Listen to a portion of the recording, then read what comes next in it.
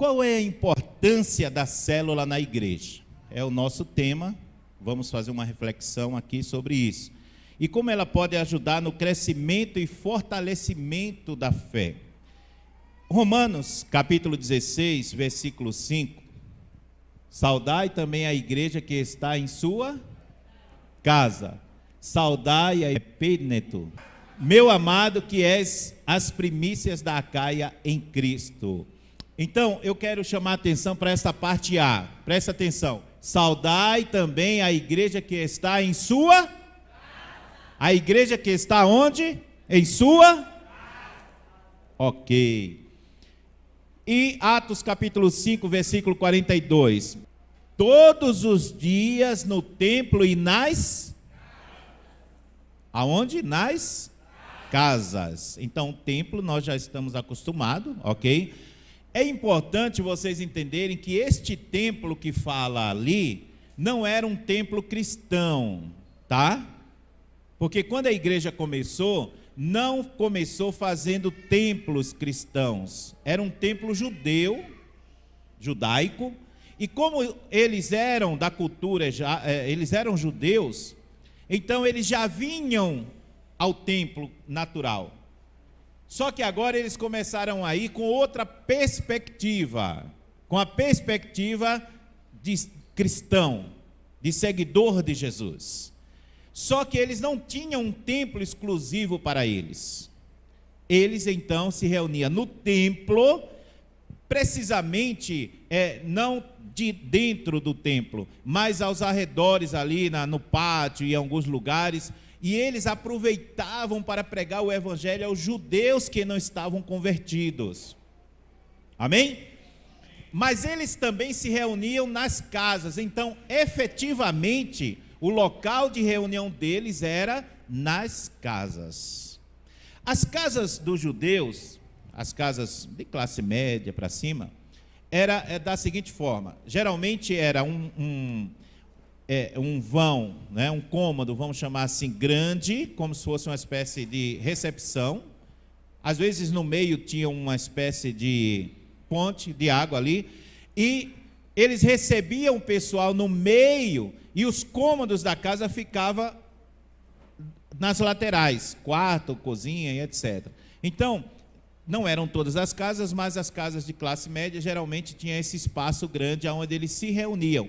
10 pessoas, 20, 30, e o evangelho foi se espalhando naquela região. Lembra que Jesus falou pregar o evangelho em Jerusalém, Judeia, Samaria e até os confins da terra? Então foi assim que começou o evangelho, se reunindo nas casas. Então podemos até dizer que o templo cristão mesmo, quando começou, era nas casas. Ok. Então, a ideia de células surge justamente porque as células, elas se multiplicam, faz parte do corpo humano e elas se multiplicam, né? Uma célula se transforma em 2, depois em 3, e aquela se transforma, e vai se transformando dentro do corpo humano. Então, a ideia é essa, que cada célula, né, se transforme em outra célula, que se transforma em outra, que se transforma em outra, e assim a igreja vai crescendo e se multiplicando. Ok? Qual é a importância disto? É proporcionar espaço de conexão, discipulado e evangelização, aonde vocês juntos, nós, né, possamos nos sentir mais acolhidos, receber um suporte mais pessoal e desenvolvimento da nossa fé cristã. Ou seja, vejam bem, nós temos aqui um grupo de pessoas, ok? Mas a atenção que é dada individualmente, um a um, ela cai muito, porque tem uma pessoa aqui no púlpito sempre fazendo alguma apresentação, cantando, etc., né? Pregando e etc., mas vocês estão ouvindo. Na célula é diferente, vocês têm a oportunidade de compartilhamento, amém? Aqui o compartilhamento fica muito limitado. Por exemplo, eu digo assim, olha, quem tem um testemunho? Se a pessoa tem um testemunho, ela vem, mas é sempre um monólogo, não é uma reunião onde vocês compartilham, tem um pouco mais de liberdade. Porque senão vira bagunça. muita gente, ok? Mas quando vocês estão nas células, vocês têm essa oportunidade de compartilhar, de se conhecerem melhor, né? De conversarem. Tem aquele momento que algumas células fazem para tomar um coffee break, né? Mas é aquele momento de você tomar um cafezinho, comer uma bolachinha, né? Um pãozinho com mortadela, né? Brasileiro, enfim. Então, meus amados irmãos, isso é muito bom. Conversam mais, se conhecem mais e vão interagindo e tendo essa relação interpessoal, ok? Todos se dedicavam à doutrina, ao ensino dos apóstolos. E ali eles tinham comunhão, adoravam e oravam. Então, a célula transmite esse lugar, né, de aprendizado, de discipulado. Quais são as características de uma célula saudável? Primeiro, comunhão. As pessoas se conhecem, se relacionam entre si, ok? De forma significativa e autêntica. Segundo lugar, adoração. Falem comigo. Primeiro, comunhão. Adoração. Porque nesse aspecto da adoração, todos celebram e adoram juntos ao Senhor, de uma forma mais próximo uns dos outros, ok? Terceiro lugar, ensino. A célula é um lugar onde as pessoas podem aprender sobre Deus e a sua palavra. Em quarto lugar, evangelismo.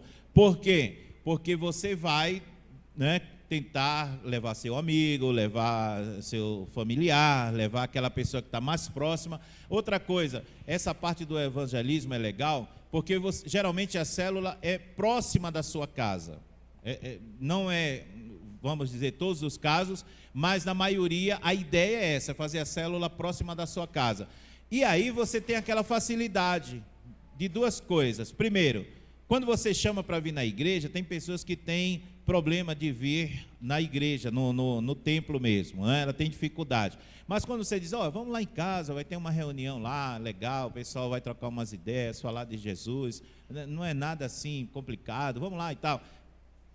Há uma tendência maior de aceitação desta pessoa ir do que vir aqui. Amém? Então, serviço também é um outro aspecto importante, porque como se reúne sempre poucas pessoas, começa-se então a ter uma interação de serviço, um compartilhando com o outro seus dons, seus talentos e etc., sugerindo ideias e etc.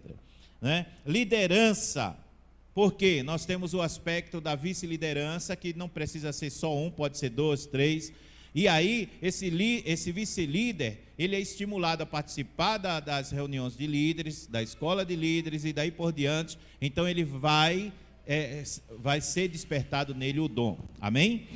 E oração, é um lugar de oração, onde as pessoas oram umas pelas outras e pelas necessidades da comunidade.